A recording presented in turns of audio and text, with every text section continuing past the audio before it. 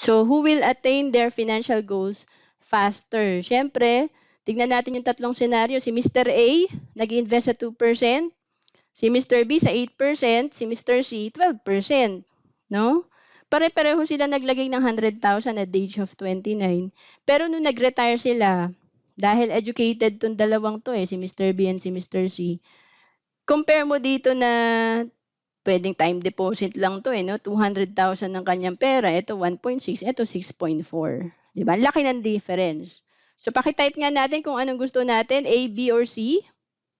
Yan, no? Sabi dito, people who don't understand how money works, they end up working for money until old age.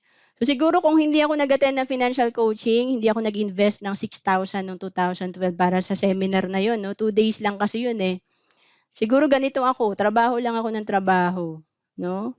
Pero dahil guided tayo sa IMG, people who understand how money works, they let money work for them. Yan po yung sikreto ng mga mayayaman. So, compound interest can work for you or work against you. So, i-check din natin yung utang natin. Kaya nga po dito sa IMG, tinuturuan din tayo sa workshop 1 kung paano makakabayad sa utang at magiging debt-free. Kasi pwedeng kalaban din natin ng interest na to kung ito ay interest ng utang mo. 'Di ba?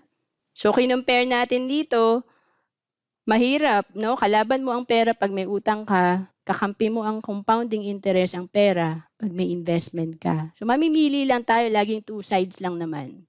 So, saan natin makikita yung 8% per year or 12% per year? So, tinuturo po yan dito sa IMG. Sa workshop 3, meron tayo dun, mutual fund, mga investment po. Okay? Kailangan lang talaga willing tayo matuto and we need to invest time and effort.